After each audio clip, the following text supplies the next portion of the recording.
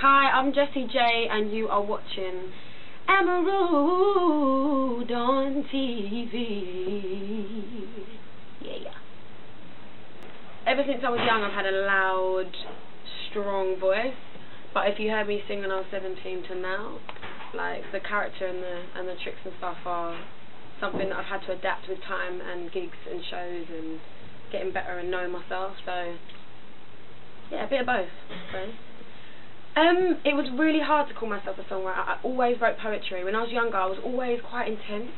Like I'd write things like "What is beautiful" and things like that when I was like 8. Like all my friends were like listening to like Spice Girls and I'm sitting at the back of the coach like writing a poem on the way to the trip or something. And I was in a girl band and it really knocked my confidence, because obviously when you're in a girl band no one writes songs. Do you know what I mean? Like you just get given songs, and I basically, when I was just turned 17, I sat down and wrote Big White Room. And I sang it to my manager at the time and he was like, "This is the tackiest thing I've ever heard." So I went home, I didn't change anything, sang it to him again the next day. He was like, "This is amazing." And from that day on I just thought, you know what, I'm going to just write what I want to write about and just do me. I've always had kind of crazy health. When I was 11 years old I was in hospital. I was in Great Ormond Street and it was just me and this other boy in a room, and he was opposite me, and I remember waking up in the middle of the night and he was on the floor and he had like stuff hanging off him, and like he was having open heart surgery the next day, like heart transplant. And I remember just sitting and watching him, and I'd never seen faith or like being put into action, kind of like, please save my life.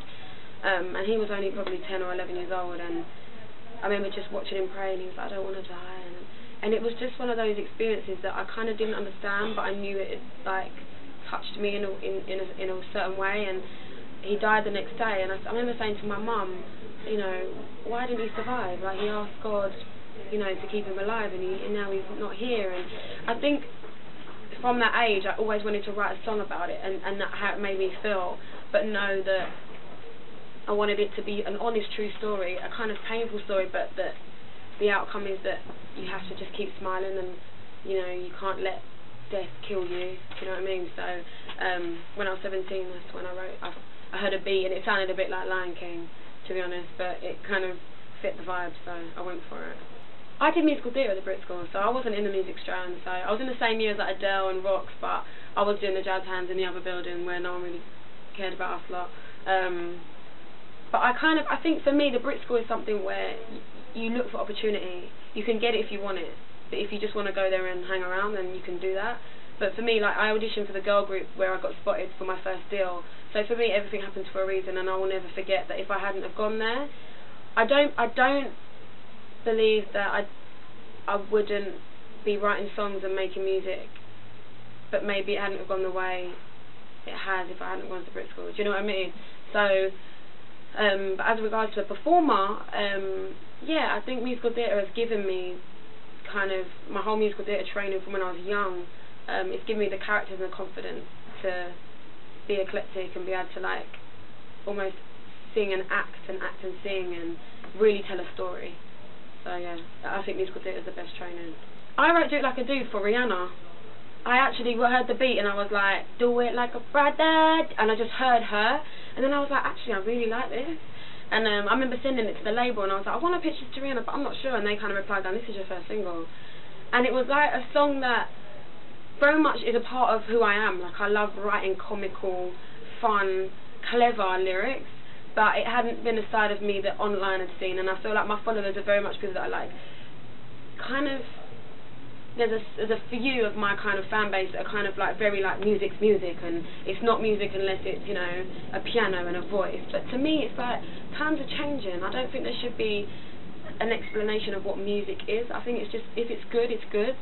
And Do It Like a Dude just came about, and I wanted to write a song on my album that was like, not your typical club song that had a spin on it, but it's the kind of song that girls run out of the toilet to sing along to.